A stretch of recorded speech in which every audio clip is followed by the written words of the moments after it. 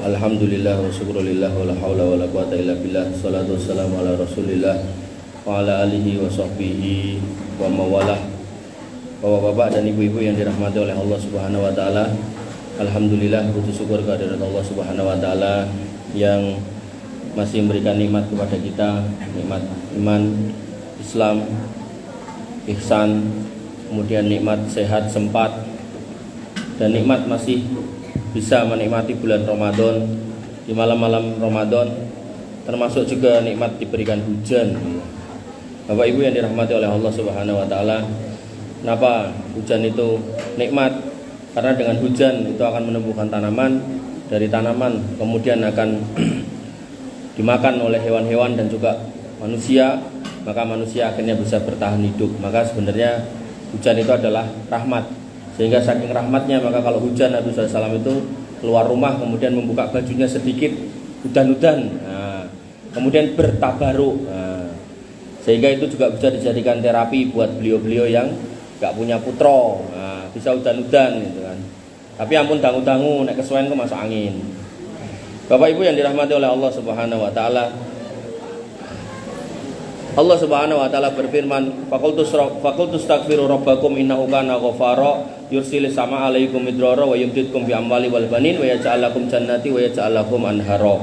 Maka banyak-banyaklah beristighfar kepada Tuhanmu. Dari istighfarmu itu kemudian Allah akan mengirimkan awan. Awan itu kemudian akan menurunkan hujan. Dari hujan itu nanti akan menumbuhkan tanaman, mengalirkan sungai-sungaimu, dan akan memperbanyak rizkimu dan anak-anakmu. Dalile niku wau. Dadi kula ngajari nek dalile mboten ngawur.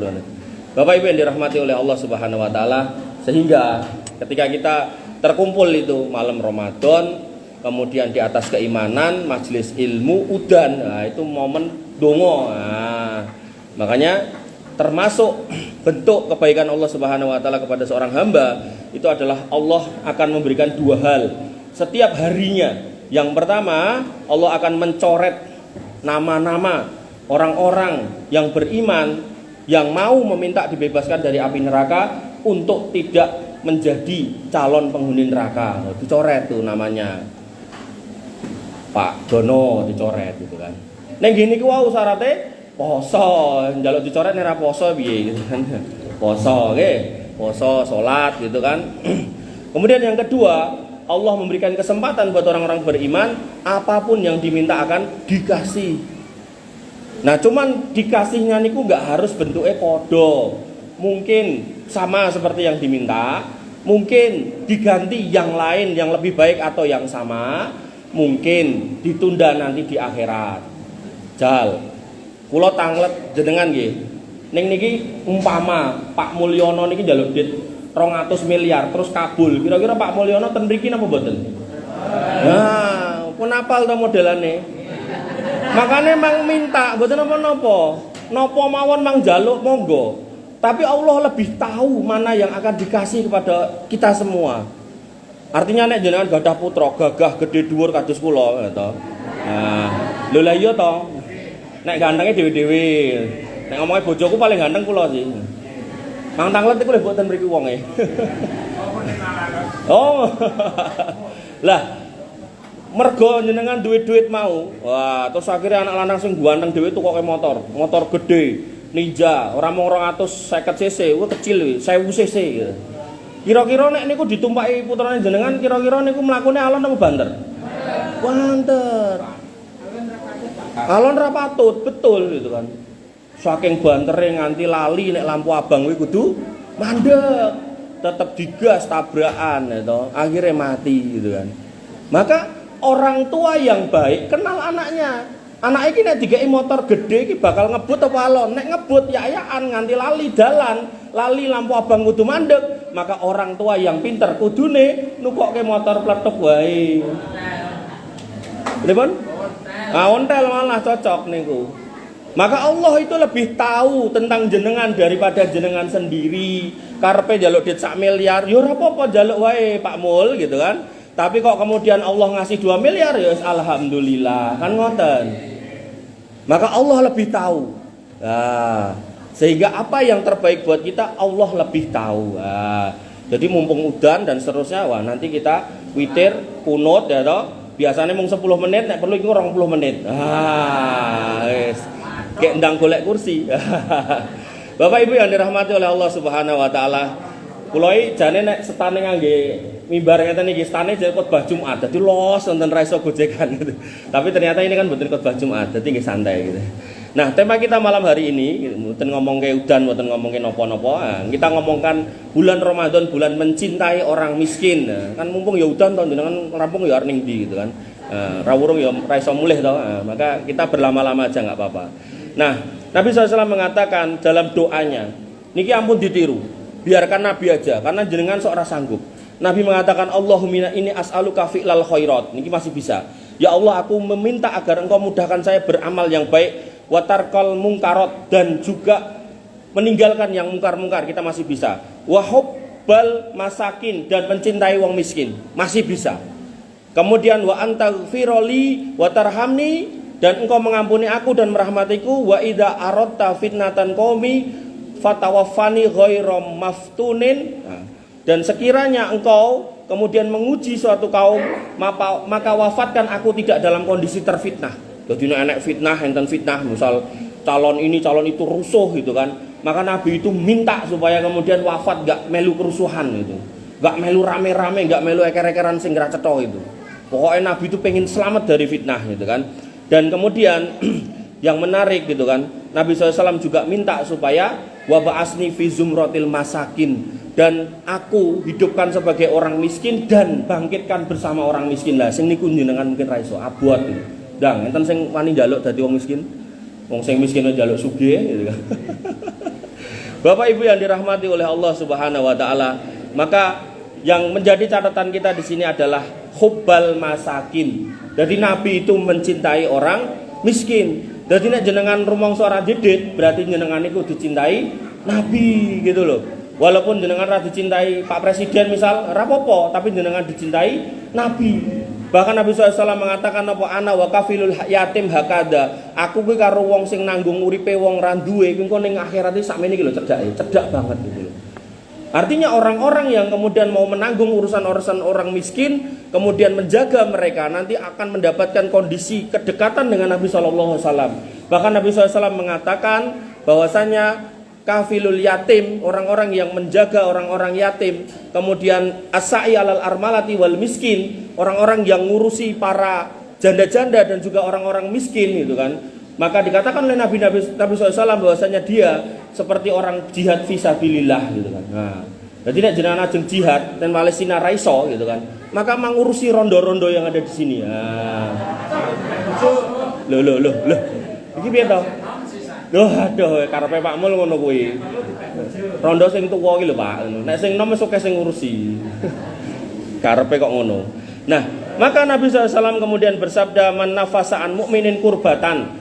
Sapa wonge sing kemudian membebaskan, melepaskan kesulitan orang beriman, maka nanti Allah kemudian akan balas apa? Nafasallahu anhu kurbatan min kurabi yaumil qiyamah. Nanti di akhirat kesulitan jenengan itu akan dibebaskan. Jadi kalau Allah kemudian pengen membalas hamba, itu ngelihat di akhir di dunianya gimana? Oh di dunia jenengan entengan, nanti Allah juga entengan. Makanya nanti itu dikisahkan dalam sebuah hadis, ada orang kaya sing ra tau nonggo, ra tau ketok karo tonggo. Tapi tonggone gaene moro golek utangan gitu kan. Nah, wong sugih biasa ra tau nonggo to. Nah, tapi wong ra duwe moro golek utangan. Nah, si wong sugih ini karyawannya banyak. Kemudian pada suatu hari si wong sugih ini kemudian mengatakan pada karyawannya, para nono Pak Mul ora ding, sing utang sapa iki? Ngacung. Para nono Pak Bambang enten mboten? Mboten enten. Ya. Enten. Mboten teko. Para nono Pak iki, Bu iki. Lah enten apa juragan? Ngomongo, iso nyaur utange apa ora? Nek iso kon nyaur, nek ra iso tak putihke. Oh, niki wong sugih ra tau nangga, ra tau ketok, tapi tanggane gaene moro golek utangan dikek utangan, begitu janjine meleset, ora nesu, tapi kemudian ngirim karyawannya untuk mutihke. Kowe iki tenan ra mampu apa piye? Nek emang ra mampu tak putihke. Maka orang ini pun di akhirat dikatakan oleh Allah Subhanahu wa taala, nek kowe iso mutihke utange hambaku, maka dosamu yo tak putihke. Nah. Makanya ma asqalu fil mizan, min husnil khuluq. Enggak ada yang lebih berat di akhirat itu tinimbang sholat, poso dan seterusnya, maka melebihi akhlak yang baik. Akhlak yang baik, menolong orang, ringan tangan, itu termasuk sifat-sifat orang-orang yang kemudian nanti mendapatkan tempat yang mulia di surga sana. Bapak Ibu yang dirahmati oleh Allah Subhanahu wa taala. Kemudian Nabi SAW juga mengatakan wa may yassara ala mu'sirin, dan sapa wong sing kemudian memudahkan urusan-urusan orang yang sulit, yassarallahu fid dunya wal akhirah gitu. Jadi dalam Islam itu prinsipnya kalau panjenengan jadi Pak RT, Pak RW, Pak Lurah, pejabat, prinsipnya mempermudah itu lebih baik gitu. Kalau bisa dipermudah kenapa dipersulit? Itu dalam Islam. Wong pejabat yang Islam bener tuh harusnya gitu, bukan dibalik. Kalau bisa dipersulit kenapa dipercepat gitu. Kalau bisa dipersulit kenapa dipermudah, kalau bisa diperlama kenapa dipercepat ya. Akhirnya digawe suwe ben ento. Ini pengalaman pribadi. Kudune ngurus KTP sedina dadi sasi, nek pengen seminggu bayar. Enggak boleh itu. Maka seorang pejabat yang Islam, yang muslim harusnya kemudian mempermudah urusan kaum muslimin. Kemudian Nabi SAW berwasiat kepada Abu Dar Al-Ghifari, seorang yang ahli ibadah, seorang sahabat yang mulia. Beliau SAW berwasiat, usini khalili bisab'in, kekasihku Muhammad SAW berwasiat 7 hal, yaitu apa? Bihobbil miski masakin wa an adnu minhum wa an adnu minhum, yaitu agar aku mencintai orang miskin dan dekat dengan mereka. Jadi Nabi SAW berpesan kepada Abu Dar, karo wong ra duwe aja ado-ado, sing cedak. Wong ra duwe butuh apa-apa diewangi. Niki ajaran Islam loh ya. Artinya kalau ada orang Islam ten mriki sugih ning hotel, niku berarti dia enggak paham Islam yang dia anut seperti apa. Nah, kemudian Nabi SAW berwasiat yang kedua, wa an angdura ila man huwa asfala minni. Jadi nek kamu punya nikmat pitontel, maka deloken tanggamu sing mlaku. Nek kamu enggak punya motor, enggak punya pitontel, deloken nek kowe jek duwe sikil loro, deloken tanggamu mungkin ada yang enggak punya kaki gitu loh. Jadi nikmat itu lihat ke bawah, jangan lihat ke atas. Karena nek jenengan lihat ke atas, enenge mung kurang. Enenge mung kok semene, kok mung sithik gitu. Udah punya mobil kijang tua, yang dilihat mobil Alphard gitu kan. Nah, duwe Alphard ya sing didelok pesawat gitu kan. Delok duwe pesawat sing didelok helikopter terus gitu kan. Akhirnya bingung arep manggon ning endi gitu kan. Nah, Bapak Ibu yang dirahmati oleh Allah Subhanahu wa taala, wasiat Nabi SAW kepada Abu Dar yang ketiga, wa an asila rahimi wa in jafani, yaitu menyambung silaturahmi kepada keluarga-keluargaku walaupun wonge nganyelke. Jadi walaupun kita punya saudara nganyelke, walaupun kita punya sedulur nganyelke, bahkan mungkin punya teman-teman yang nganyelke gitu ya. Kalau emang ketemu ya sudah ketemu, salam, ucap salam, ngomong sak perlune tinggal lunga wis ya gitu. Jangan sampai kemudian silaturahmi itu putus sampai kemudian kita enggak kenal atau dia enggak kenal dengan kita. Wa nabiyyin azani Allah wa iyyakum. Kemudian yang keempat, wa an uksira min la haula wala quwata illa billah. Dan aku diperintahkan juga untuk banyak-banyak berzikir la haula wala quwata illa billah. Jadi ini zikir spesial yang diwasiatkan dari Rasulullah SAW kepada Abu Dar Al-Ghifari. Kemudian wa an takallama bimurril haq, dan aku diperintahkan untuk ngomong sing bener walaupun kenyataannya pahit. Kadang kan ngandani orang itu kan kadang enggak gampang toh. Kadang yang enggak diterima, kadang mungkin malah dimarahi ya. Kadang malah mungkin dicaci maki ya. Kowe iki sapa nek ngandani aku? Pangkatmu apa ngandani aku? Gitu kan. Maka beliau kemudian diwasiati tetap ngomong sing bener senajan nanti orang itu kemudian menganggap kamu itu jelek, senajan kamu nanti dimarahi orang, senajan kamu mungkin enggak mendapat hal-hal yang sifatnya keduniawian, enggak apa-apa. Tetap aja sampaikan yang baik gitu kan. Ditampi alhamdulillah mboten nggih alhamdulillah gitu. Kemudian yang ke-6, beliau SAW berwasiat wala ta'khudni fillahi laumata laim, dan kemudian beliau berwasiat agar aku tidak takut kepada celaan orang yang mencela ketika aku berdakwah di jalan Allah Subhanahu wa taala. Angger sing penting sampai ke Quran hadis, maka kemudian kalau ada celaan enggak masalah, enggak apa-apa. Karena hakikatnya bukan banyaknya orang yang mendengar, tapi hakikatnya sudah disampaikan gitu kan. Makanya di dalam Al-Qur'an dikatakan wa ma 'alaika illal balagh. Enggak ada kewajibanmu Muhammad memastikan orang itu mengikuti kamu, ndak. Tapi kewajibanmu cuma nyampaikan gitu. Kemudian yang ketujuh, beliau sallallahu alaihi wasallam berwasiat kepada Abu Dzar, wa alla as'alan nasai'an, dan jangan sampai aku itu meminta-minta kebutuhanku kepada manusia. Jadi Nabi SAW mewasiatkan kepada kita untuk mandiri, berdikari, berkarya, ampun ngemis-ngemis, ampun meminta belas kasihan manusia. Selama masih bisa berkarya apapun itu, ora kudu dodol soto gitu kan, dodol sate ya entuk gitu kan. Nah, maka lakukan gitu loh. Ya ora kudu dodolan gitu kan. Misal kerja ya monggo gitu kan. Ya. Mau jadi presiden ya boleh, silahkan gitu kan. Apapun, pokoknya jangan pernah ngemis gitu kan. Karena mereka yang punya kemampuan tapi ngemis, nanti di akhirat dibangkitkan kukunya panjang-panjang dan akan mencabik-cabik mukanya sendiri sampai habis. Maka sebagai laki-laki di bahu jenengan punya kewajiban untuk mencari nafkah, maka jangan mudah-mudah untuk mengemis itu.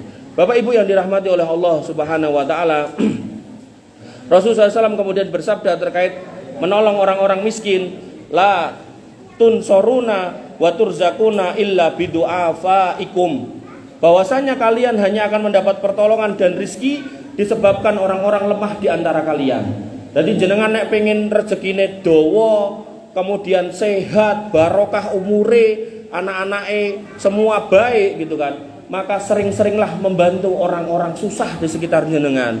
Syukur-syukur misal enek wong susah yang mungkin masih kecil diopeni ning omah gitu kan, digedekke, disekolahke, dididik jadi orang hebat, orang pinter gitu kan, agar nanti kalau gede dia nggak nyusahin orang gitu kan, maka insya Allah rezeki dengan itu tambah banyak dan tambah baik.